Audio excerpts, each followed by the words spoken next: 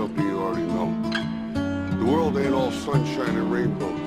It's a very mean and nasty place, and I don't care how tough you are, it will beat you to your knees and keep you there permanently if you let it. You, me, or nobody is gonna hit as hard as life. But it ain't about how hard you hit. It's about how hard you can get hit and keep moving forward. How much you can take and keep moving forward. That's how winning is done. Pain is temporary. It may last for a minute, or an hour, or a day, or even a year. But eventually, it will subside, and something else will take its place. If I quit, however, it will last forever.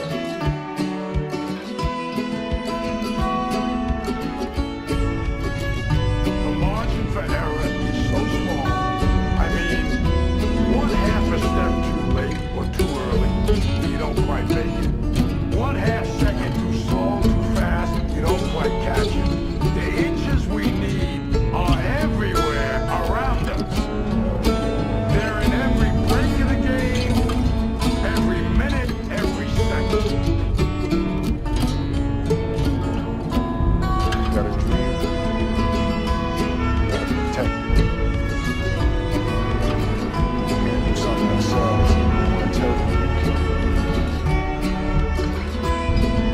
you want something, go get it.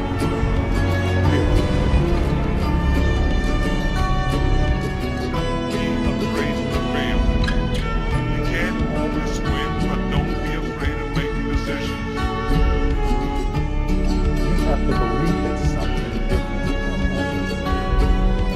He who says he can and he who says he can't are both usually right. Most of you say you want to be successful, but you don't want it bad. You just kind of want it. You don't want it bad and then you want to party. You don't want it as much as you want to be cool. Most of you don't want success as much as you want to sleep. Our deepest fear is not that we are inadequate. Our deepest fear is that we are powerful beyond that. It is our light, not our darkness, that is frightening. Deep down, ask yourselves, who do you want to be? Figuring out for yourselves what makes you happy, no matter how crazy it may sound to people. Make a choice, right? Just decide what it's going to be, who you're going to be, how you're going to do it. Just decide. Why not? Why can't I be independently? Why can't I be the best man in me? I don't see why. Why can't I do that?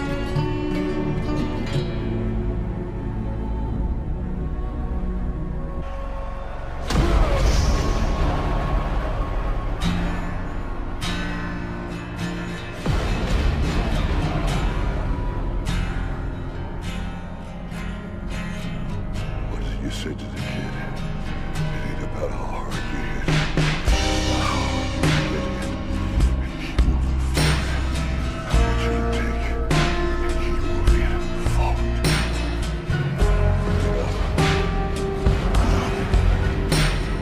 Get up.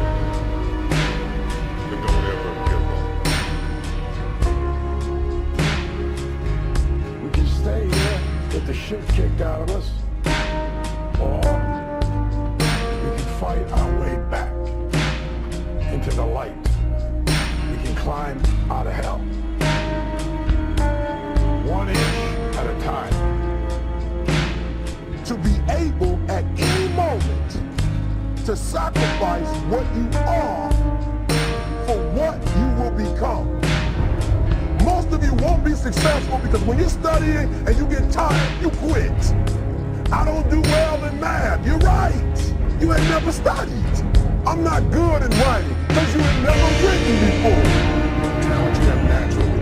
Skill is only developed by hours and hours and hours of beating on your craft. If you are not making someone else's life better, then you're wasting your time. Don't cry to give up. Cry to keep going. Don't cry to quit. You already in pain. You already hurt. Get a reward from it. Now if you know gonna get what you're worth, but you gotta be willing to take the hits and not point fingers saying you ain't where you wanna be because of him or her or anybody. Cowards do that and that ain't you. You're better than that. Because every day is a new day. Every moment is a new moment. So now you got to go out and show them that I'm a different creature. Now! I'm gonna show you how great I am.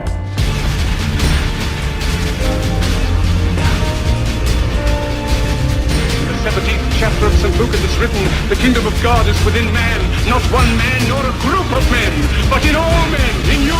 You, the people, have the power to create machines, the power to create happiness. You, the people, have the power to make this life free and beautiful, to make this life a wonderful adventure. Now, what are you gonna do?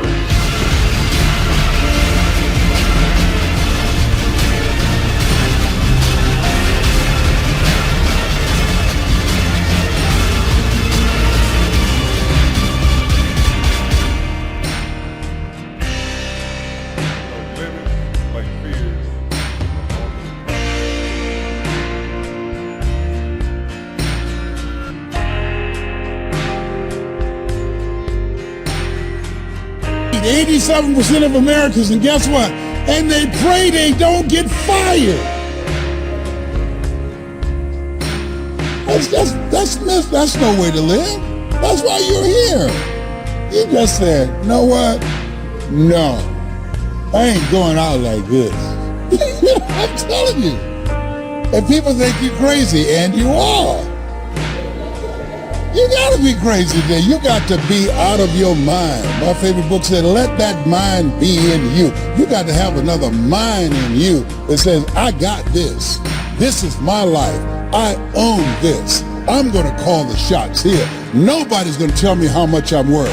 What time I can take a lunch break. I'm not going to anybody and ask for permission to take my family on vacation. No, I got this. I've got a vehicle that can take me to another place. That's why you said yes. Give yourselves a round of applause. Mr. Washington said, Mr. Brown, transform your mindset. Number 2, he said, practice. Let us say together, OQP. Write this down. Only quality people. Only quality people.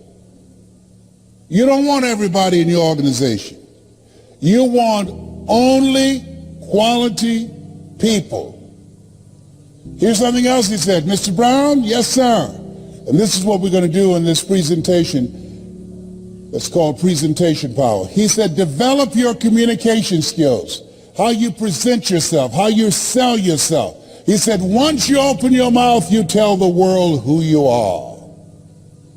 And then he said something else. Let us say together with conviction. I want everybody to join me on this. Let us say together, you got to be hungry.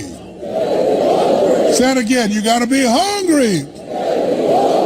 He said, what do you want to do with your life, young man? I said, sir, I want to buy my mother a home. He said, you got to be hungry. I said, what do you mean by that? He said, people that are hungry are willing to do the things today others won't do in order to have the things tomorrow others won't have. He said, people that are hungry are relentless. People that are hungry are unstoppable. People that are hungry refuse to give up. People that are hungry, no excuse is acceptable for not making their dream become a reality. I said, I'm hungry, sir. I'm hungry to take care of my mother. I'm hungry so that she'll never have to pay another bill once I turn 18. And she hasn't, Mr. Washington. Hungry, sir, for another life. I'm not going to die here in Liberty City. I want to travel, sir. I want to see the world. He said, you can do that, sir. He said, practice OQP, only quality people. If you run around with 9 broke people, he said, I guarantee you, you'll become number 10.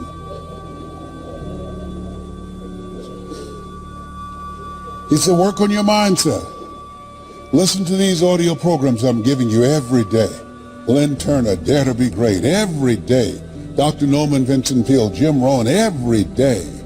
Zig Ziglar, program your mind, Mr. Brown. He said, how do you plan to buy your mother a home? I said, sir, I want to become a disc jockey. He said, is that right? I said, yes, sir. He said, good. He said, work on your mind. Here are my car keys. What do you want me to do with this? At lunchtime, go in my car, turn on the radio, and listen to Paul Harvey. Why? He's the world's greatest communicator. You want to be successful? Yes, sir. He says, listen and study people that are great communicators. That's the key to controlling your future. I said, but that's at lunchtime. In order to be successful, you got to be hungry. You got to be willing to do the things today others won't do. Are you willing to do that to be successful? To buy your mother a home? Yes, sir. Yes, sir. And that's what you have done. You've got some goals that you want to achieve. There's some things that you want to do. And you've said to yourself, I'm willing to face the no's. You said to yourself, I'm willing for people to laugh at me. You said to yourself, I'm willing to gut this out. You said to yourself, I'm willing to make this happen. You said to yourself, I'm going to do whatever it takes to build this business. I can do it. If anybody's ever done it at any point in time in history, then what's possible for one, it's possible for me, and I'm going to do it. That's what you said to yourself.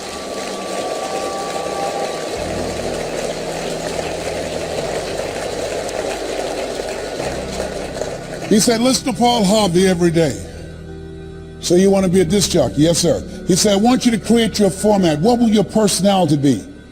What style are you going to have? I said, wait a minute, sir. I want to be a disc jockey, but I don't have a job yet. And then he said something. He said, it's better to be prepared for an opportunity and not have one than to have an opportunity and not be prepared. He said, you got to expect to become successful. Let us say together, I expect to win. I expect to increase my recruitment. I expect to be a great presenter. I expect to become a millionaire. It's my time. It's possible. It's necessary. It's me. It's hard. It's worth it. Nietzsche said, if you know the why for living, you can endure almost anyhow. Your homework assignment is write down 5 reasons that will make it worth it for you. So when the tough times come, and they're going to come, when you feel like you can't see the light at the end of the tunnel, and that's a part of the process, your reasons will be your rod and staff to comfort you, to take you through the storms of life. He told me, you want to be a disc jockey, practice on your communication skills. Visualize yourself talking to thousands of people, Mr. Brown. See yourself on stage presenting. Be willing to invest in yourself. Warren Buffett was being interviewed by a financial analyst on CNN. He said, what's the most important investment a person can make today? Warren Buffett, a billionaire, has billions of dollars in the stock market, billions of dollars in real estate. He looked at the reporter and said, the most important investment you can make is in yourself.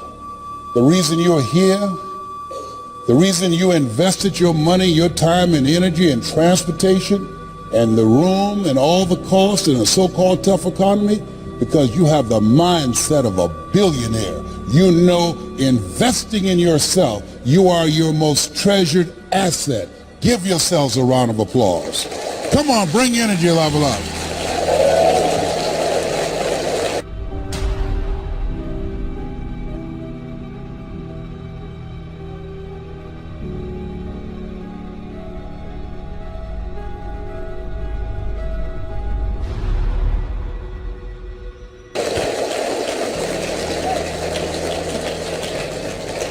So he said, Mr. Brown, I've done all that I can do for you. You've got to go out and face the music.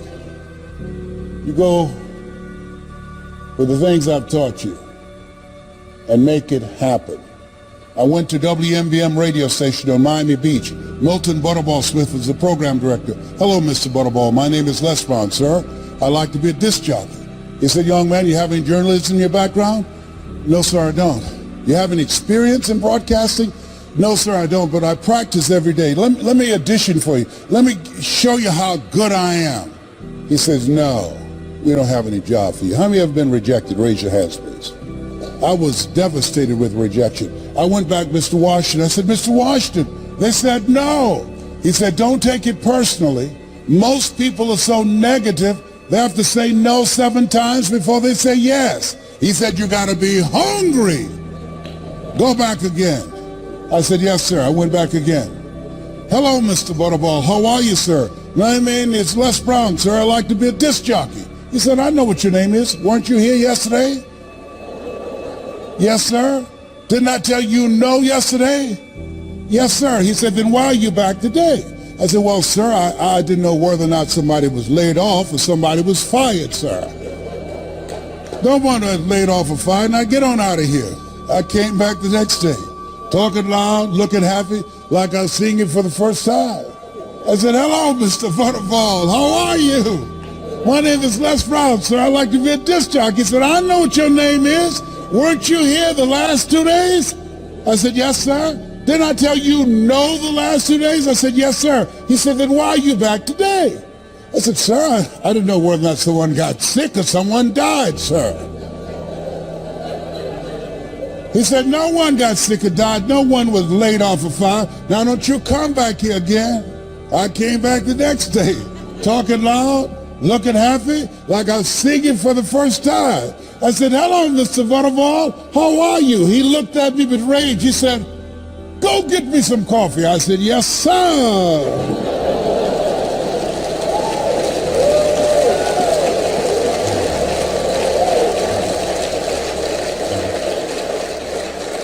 My favorite book said, the greatest among you will be your servant.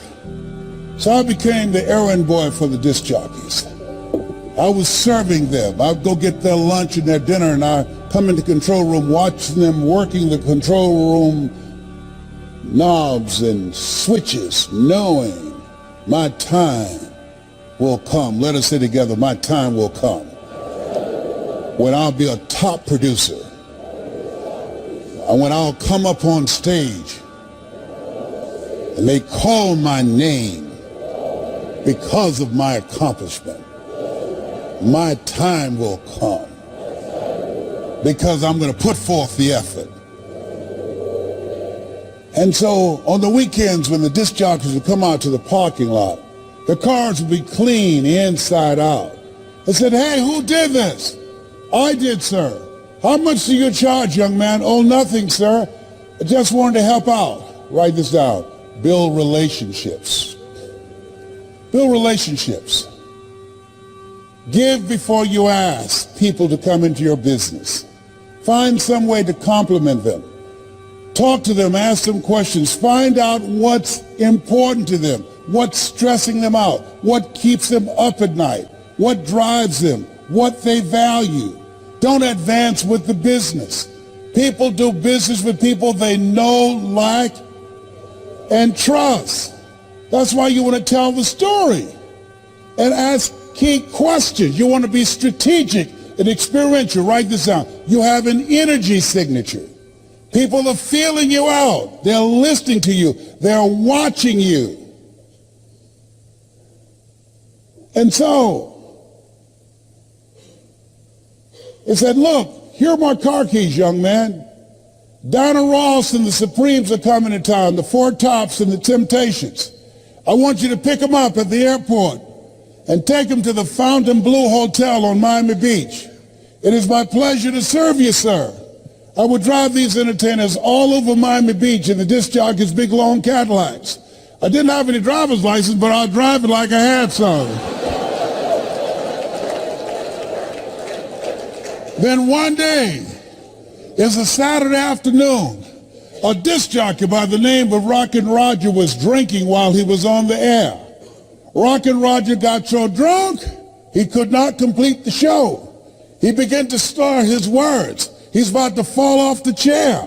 It's a Saturday afternoon, and I was the only one there, looking at him through the control room window, walking back and forth. Young, ready, and hungry. I was saying, drink, rock, drink. Drink rock. I'd have gone and get him some more if he'd asked me to. Then pretty soon the phone rang. It was a general manager. I said, hello? He said, young boy, this is Mr. Clyde. I said, I know. He said, Rock can't finish the program. I said, I know. He said, will you call one of the other DJs in?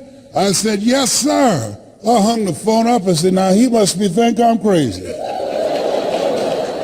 I called my mama and my girlfriend, Cassandra. I said, y'all come out on the front porch, turn up the radio. I'm about to come on the air.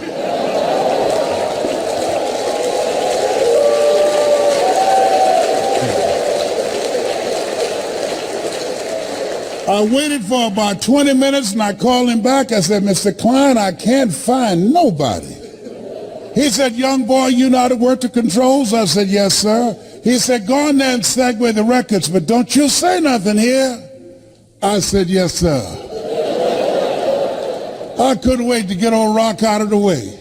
I put on a fast record. I said, look out, this is me, LB, Triple P. Les Brown, your platter playing papa. There were none before me, and there will be none after me. Therefore, that makes me the one and only. Young and single and love to mingle. Certified, bona fide, duly qualified to bring you satisfaction and a whole lot of action. Look out, baby, I'm your love man. I was hungry. Give the old man a round of applause. I was hungry. I was hungry. I was hungry. You gotta be hungry.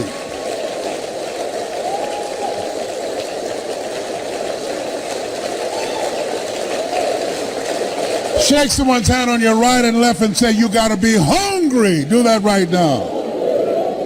Shake somebody else's hand. Say, you gotta be hungry.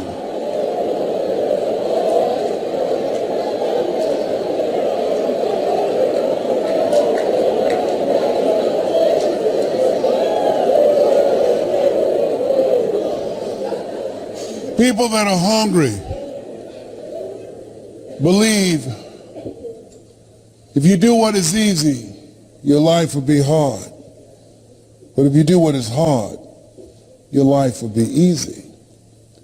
People that are hungry believe what Zig said when he said, if you give enough people what they want, they will give you what you want. People that are hungry believe always strive to get on top in life because it's the bottom that's overcrowded. People that are hungry are uncommon people. They say yes to their dreams. They say yes to an opportunity where they can develop their entrepreneurial skills, where they can develop their mind and their leadership skills, where they can become versatile and flexible and create and build a business they can be proud of. People that are hungry have a vision of themselves when they leave here, leaving a legacy and not liabilities.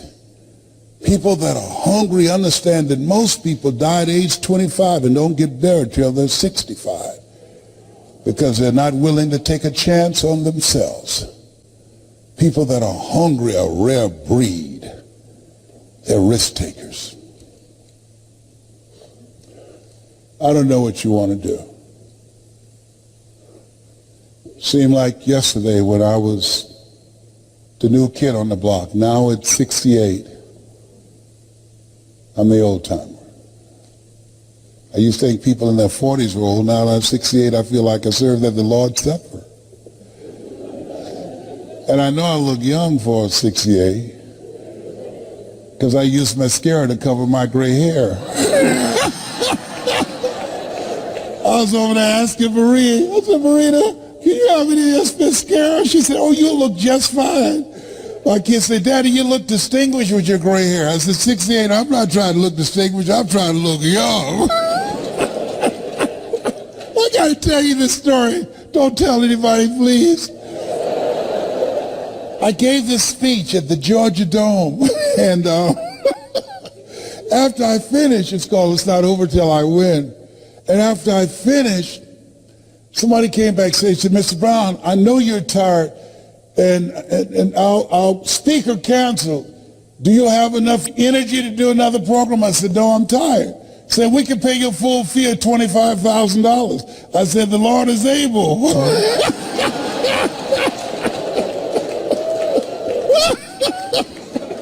So they took me over to the Georgia World Congress Center.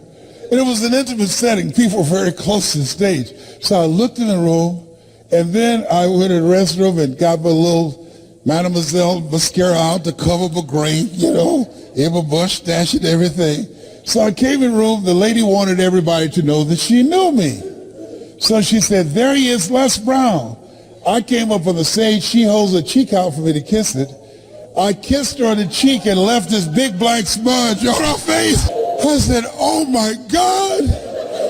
So I didn't know what to do, so I just sat down. So the people down front start saying, there's something on your face. She looks at me, she said, what are they saying? I said, I don't know. Then one nosy lady went over there, opened up her pocketbook, and gave her a mirror. Now, nobody asked her to do that. Getting in the Kool-Aid, don't know the flavor. She looks and see the big black smudge on her face. She said, how did this get here? I said, I don't know. You think maybe some of this rubs off? Well, the reason I'm telling you this, don't worry if I kiss you today, because Marie said, you don't need it. You'll be just fine. You look distinguished. Whatever.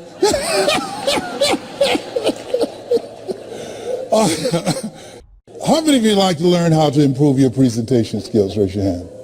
We're going to do a webinar that will walk you through a process and teach you how to tell your story so you can speak in your community on a volunteer basis and be able to make a difference. How many of you like to make a difference with your story? Raise your hands. Very good. We will show you how to do this. I've been doing this now for 40 years. I love and admire Eric Worre for who he is, me as a friend, but the passion that he has in giving you the tools that you need, not just the mindset, but the skill set of what it takes to build a strong multi-level marketing business. I can tell you, based upon my experience, and he's not paying me to be here.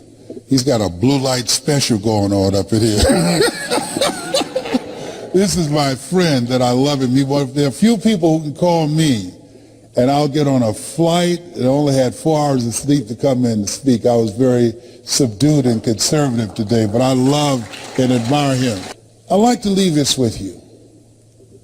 After leaving Zig's memorial yesterday, who was a great man, who contributed so much to so many people, I said, God, let me touch and change millions of people's lives like Zig has done. Let me make my mark like he made an incredible mark. Let me touch hearts and minds like he touched me when I first saw him. And I drove many miles, 400 and 500 miles, to see him and Jim Rohn and Dr. Norman Vincent Peale and Charlie Tremendous Jones. Let me be an instrument to give people hope, to inspire them to expand their skill set, to encourage them to create collaborative, achievement-driven, supportive relationships. God, let me live a life that counts, that means something to people. God, help me to be able to inspire people like Mr. Washington inspired me, like Mike Williams, my mentor for the past 43 years, who saw something in me I could not see in myself, who believed in me when I didn't believe in myself. Please let me live a life that matters. I want to leave this with you. At this stage of my life, my goal is to train 100,000 speakers who will have one message: hope, skill set, and collaborative relationships. that will change how people think, how they feel, and how they act. 100,000 people outside of religion and outside of politics, both of which I believe polarize and divide people. 100,000 ordinary people who want to live an extraordinary life. God, give me the stamina and the vision to use my gift that you have given me to work with people who are hungry to make their lives count. I want to leave this with you that my mother used to love to say to me when she was in pain. Leslie, yes ma'am. Come in here. Yes ma'am, mama. What is it, baby? Say that thing for me, boy. That makes me feel good. Yes ma'am, mama. My mother's dream was to raise 7 children she didn't have, to make sure we had a roof over our head and food on the table. And she never failed. We never went to sleep hungry. She's a hard worker and she had faith.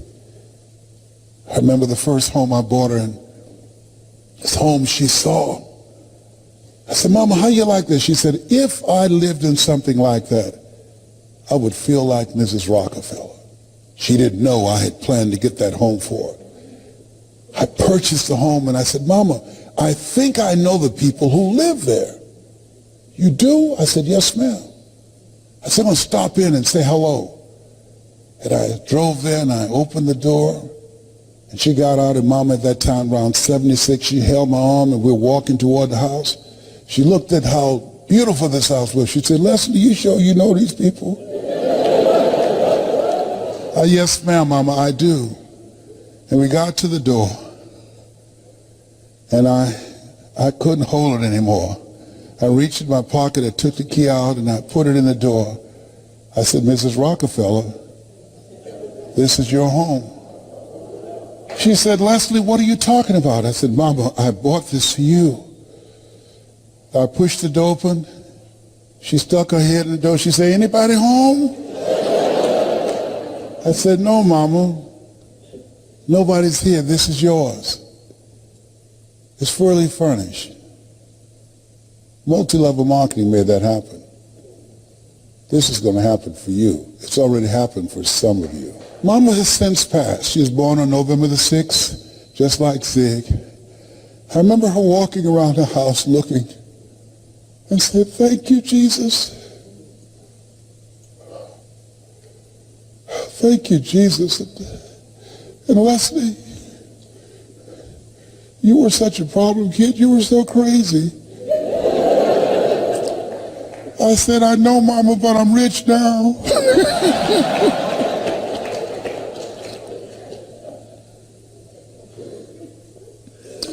I dedicate this to the dream in you. Say that thing for me, boy. Yes, ma'am. If you want a thing bad enough to go out and fight for it, to work day and night for it, to give up your time, your peace, and your sleep for it, if all that you dream and scheme is about it, and life seems useless and worthless without it, and if you gladly sweat for it and fret for it and plan for it and lose all your terror of the opposition for it, and if you simply go after that thing that you want with all of your capacity, strength and sagacity, faith, hope, and confidence, and stern pertinacity,